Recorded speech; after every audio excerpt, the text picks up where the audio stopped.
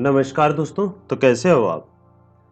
I think अच्छे तो नहीं होंगे आप लोग, बट आपको अगर ये वीडियो आप सही से देखोगे एंड जो मैं बातें आपको कहूँगा, अगर ये आप आखिरी तक देखोगे, तो उसके बाद आप अच्छे हो सकते हो, ठीक है? बट वीडियो स्टार्ट करने से पहले मैं आपको कुछ चीज़ें बता देता हूँ, जो आपको जानना अति आवश्यक है, ठीक है? अगर तो आपने हमारे व्हाट्सएप चैनल को जॉइन नहीं किया है, तो प्लीज़ उसको आप जॉइन कर लीजिएगा, क्योंकि उसके अंदर बहुत सारी आपको चीज़ें मिलेगी, ठीक है? जैसे लेटेस्ट कोई न्यूज़ आ जाती है या कोई भी आपको जानना होता है कि कोई लोन ऐप क्या करता है, क्या नहीं करता है, जो इंस्टेंट थोड़ा-सा आता रहता है न्यूज़ में, तो वो वाला आपको मिल जाता है। जैसे आपको कोई किसी को ईमेल सेंड करना है, टाइम एक्सटेंड के लिए रिक्वेस्ट करनी है या कुछ ऐसा है, ठीक है? बट उससे पहले मैं आपको अगर बताता हूँ तो ट्रेड ऑफ इना के बारे में जो ये बात रहेगी, तो इसका जो ओवरड्यू है या फिर अगर आपने पैसा यहाँ से लिया है, कितना भी आपने अमाउंट लिया है, ओवरड्यू होने के बाद आपके साथ क्या-क्या हो सकता है एंड जो आपके अधिकार है, आपके अधिकार क्या-क्या हैं, ठीक है? आपको ये जानना अति आवश्यक है, ठीक है? देखिए, एक तो मैं आपको ये पहले क्लियर कर देता हूँ, कोई भी लोन ऐप होता है जो इंस्टेंट आपको अमाउंट प्रोवाइड करते हैं, तो इसका सबसे पहले टारगेट तो आप लोग सोच लीजिए कि इनका टारगेट होता है जो स्टूडेंट होते हैं, ठीक है? स्टूडेंट इनका टारगेट होता है कि मैक्सिमम स्टूडेंट को ही आवश्यकता पड़ती है। एंड उसके बाद जो चीज़ें चलती है loan recovery and harassment calls होता है एंड और भी बहुत सारी इनकी चीज़ें होती है, प्रोसेस होता है। तो इनको पता होता है पहले ही कि जो इनके मदर या फादर या कोई रिश्तेदार किसी को भी कॉल करेंगे, तो ये डर जाएँगे, घबरा जाएँगे एंड उसके बाद पे कर देंगे। कहीं न कहीं से अरेंज कर देंगे। तो प्लीज़ अगर आप किसी को लोन लेना है इंस्टेंट ऐप से तो प्लीज़ ये एक हनी ट्रैप की तरह होता है, तो यहाँ से बचिए। ठीक है, आप जाइए बैंक से लीजिए जन धन योजना के अंतर्गत बहुत सारे 10,000 से अमाउंट आपको मिल जाता है स्टार्टिंग में एंड उससे ऊपर जितना आपको चाहिए होता है उतना मिल जाता है। तो प्लीज़ मेरी आपसे रिक्वेस्ट है कि अगर आप कहीं भी इंस्टेंट ऐप के चक्कर में फँस रहे हो, तो आप सोच लेना कि आप हनी ट्रैप के चक्कर में फँस रहे हो। और इस ट्रैप से बचिएगा। ये मेरी आपसे हाथ जोड़ के विनती है। बाकी आप ये टेंशन मत लीजिए जहाँ से तो आपकी गलती हो गई है, तो उस गलती से बाहर मैं निकालने की पूरी कोशिश करूँगा सही इन्फॉर्मेशन के साथ आपको, क्योंकि ये चीज़ें कुछ होती है। ठीक है? अब अगर ट्रेड ऑफ इना की बात करें, अगर आपका ड्यू हो चुका है, जैसे आपको देख सकते हो आप सामने ₹22,395 का 4 जून 2023 को ईएमआई डेट था। ठीक है? आप आपके सामने बिल्कुल है। ये मैं दिखा देता हूँ। ठीक है, यहाँ पर देख सकते हो आप। इनका सारा का सारा जो यहाँ पर अमाउंट है ₹23,760 एंड ईएमआई कितनी थी, यहाँ पर देख सकते हो आप। उसके ऊपर इंटरेस्ट कितना था एंड आज तक ये पेमेंट नहीं हो पाया है, ठीक है?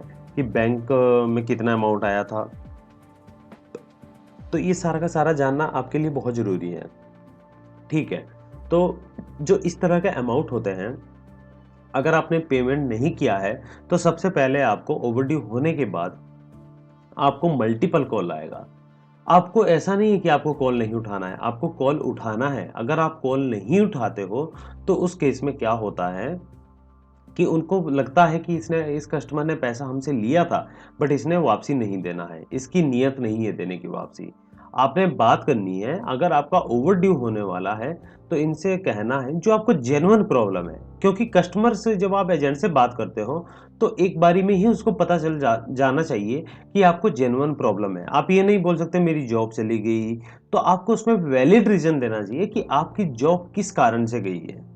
ठीक है, आप उसमें प्रॉब्लम बताइए, सही से अपनी जो आपकी प्रॉब्लम है। स्टूडेंट हो तो स्टूडेंट में भी आप बताइए कि मैं पार्ट टाइम काम करता था, इस फलानी जगह पर काम करता था, अभी मेरा काम नहीं है या फिर ऐसे-ऐसे मैं और जगह से भी मैंने लोन लिया है, जैसे मैं 10 लोन के चक्कर में फँस गया हूँ एंड ऐसे-ऐसे तरीके से। ठीक है, तो ये सिस्टमैटिक चीज़ें होती है। ठीक है, तो उनको भी लगता है कि हाँ, इसको जेन्युइन प्रॉब्लम है, तो उसके बाद क्या होता है कि आपको कॉल तो आएगा, बट बहुत कम आएगा, ठीक है?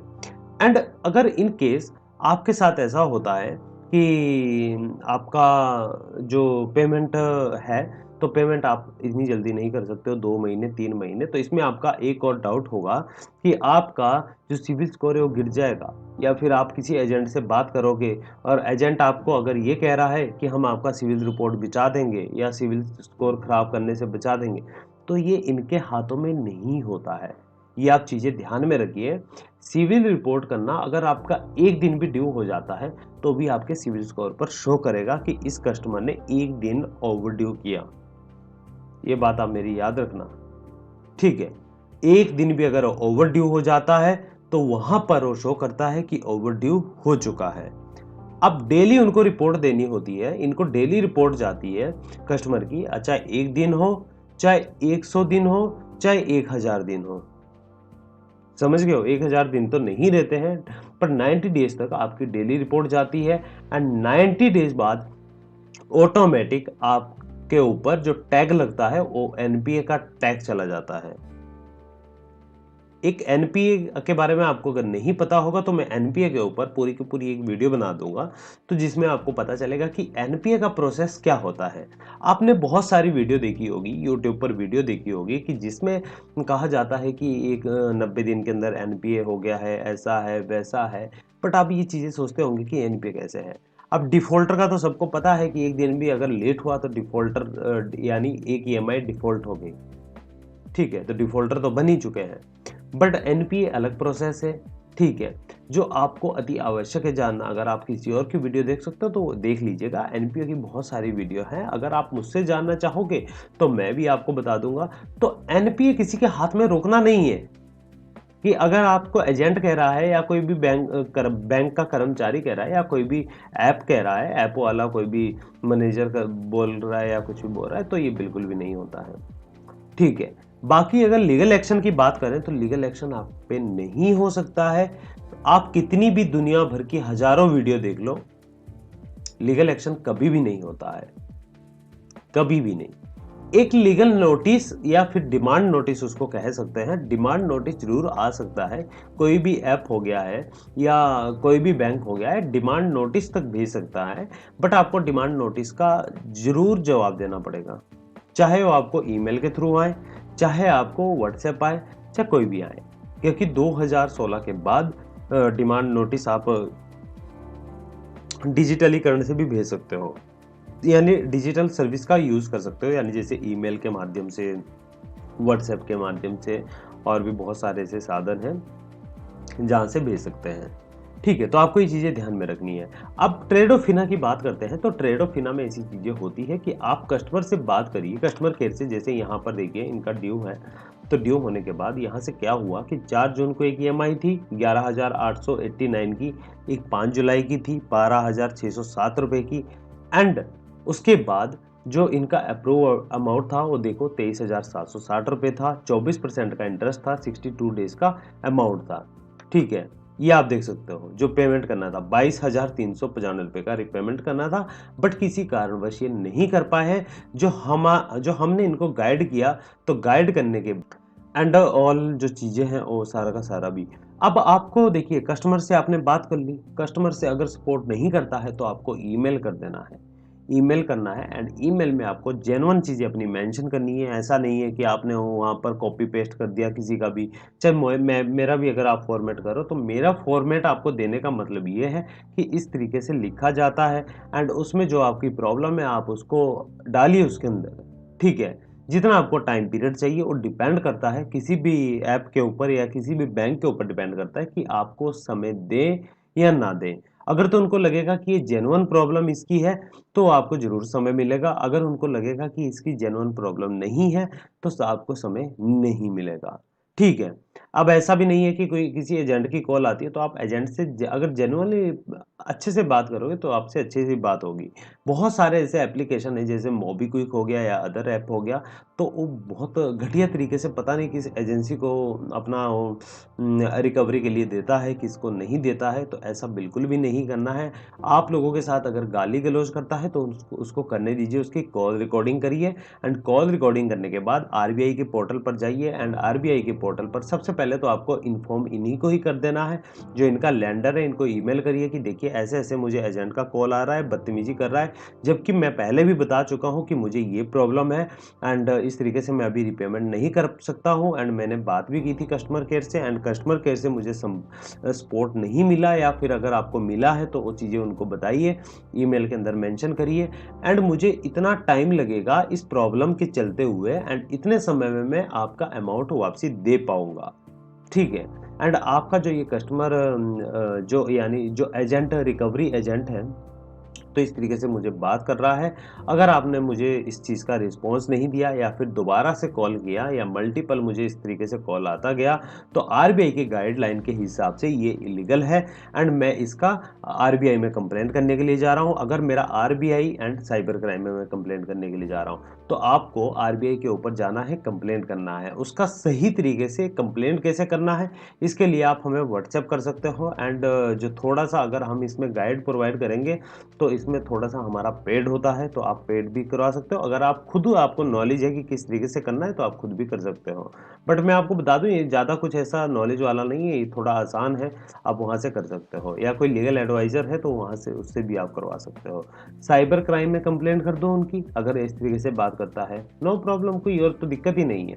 ठीक है, तो साइबर क्राइम में कर दो और कोई दिक्कत आ रही है, तो नज़दीकी पुलिस स्टेशन में जाओ एंड एफआईआर कर दो यानी वहाँ पर रिपोर्ट एप्लीकेशन दे दो।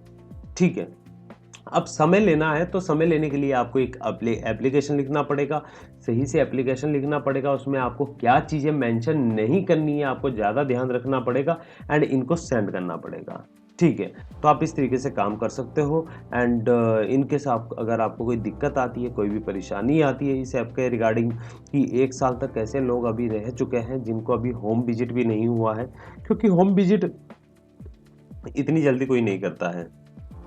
ठीक है, अगर जेन्युइन किसी प्रॉब्लम दिखती है, आप सही तरीके से स्टेप उठाते हो, तो होम विज़िट ऐसे नहीं होता है, आपका चार्जेज़ जो पेनल्टी होती है, वो भी रोक दी जाती है एंड वो भी तभी रोक दी जाती है अगर जेन्युइन चीज़ें दिखती हैं, ठीक है? बाकी सिविल स्कोर एंड ये फलाना-ढिमकाना ये चीज़ें, ये इनके हाथ में भी नहीं होती है, ऑटोमेशन में चीज़ें होती है। ये आपकी रिपोर्ट जाएगी तो जाएगी ही जाएगी। या जो ओनर है इस कंपनी का यानी ट्रेडोफिना का जो ओनर भी है, लेंडर भी है, वो भी नहीं रोक सकता। ये चीज़ मेरी ध्यान में सुन लीजिए आप। ठीक है? ये कोई भी नहीं रोक सकता। समझ रहे हो आप? अगर आपने एप्लीकेशन लिख कर दे दी है, ऐसी-ऐसी प्रॉब्लम है, तो कुछ चीज़ें कुछ हद तक ये हो सकता है कि उसमें आप वो मेंशन कर दें कि ऐसी-ऐसी जेन्युइन दिक्कत है या कुछ ऐसा है। तो डिपेंड करता है कि वो रिपोर्ट आपकी कैसी भेजें। ठीक है? तो ऐसा है, अगर तो आपके पास अमाउंट हो, तो आपको दे देना चाहिए। अगर नहीं है, तो आपको सही स्टेप उठाना चाहिए। ठीक है? उसमें कोई भी दिक्कत नहीं है, कोई भी घबराने वाली बात नहीं है। ठीक है? इन केस अगर आपको फिर भी कोई प्रॉब्लम आती है, कोई चीज़ें समझ नहीं आती है, तो आप हमसे संपर्क करिए, कॉल कर सकते हो आप एंड बाकी अगर आपको इस ऐप के रिगार्डिंग कुछ और वीडियो चाहिए, तो आप नीचे कमेंट में बता सकते हो कि हमको इसके रिगार्डिंग और कोई वीडियो चाहिए। ठीक है? तो हम इसके ऊपर ज़रूर वीडियो बनाएँगे। तो चलो आज का वीडियो मैं यहीं समाप्त करता हूँ एंड मिलते हैं नेक्स्ट वीडियो में। अगर आप नए हो तो प्लीज़ चैनल को सब्सक्राइब कर लीजिएगा। आप हमारे सोशल मीडिया अकाउंट को फॉलो कर सकते हो एंड आपको टेलीग्राम का चैनल भी नीचे लिंक दे देंगे, उसको भी जॉइन कर सकते हो और भी बहुत सारी चीज़ें हैं जो जिसमें आपको बेनिफिट मिलेगा। तो चलिए आपका दिन शुभ रहे एंड मिलते हैं नेक्स्ट वीडियो में। धन्यवाद।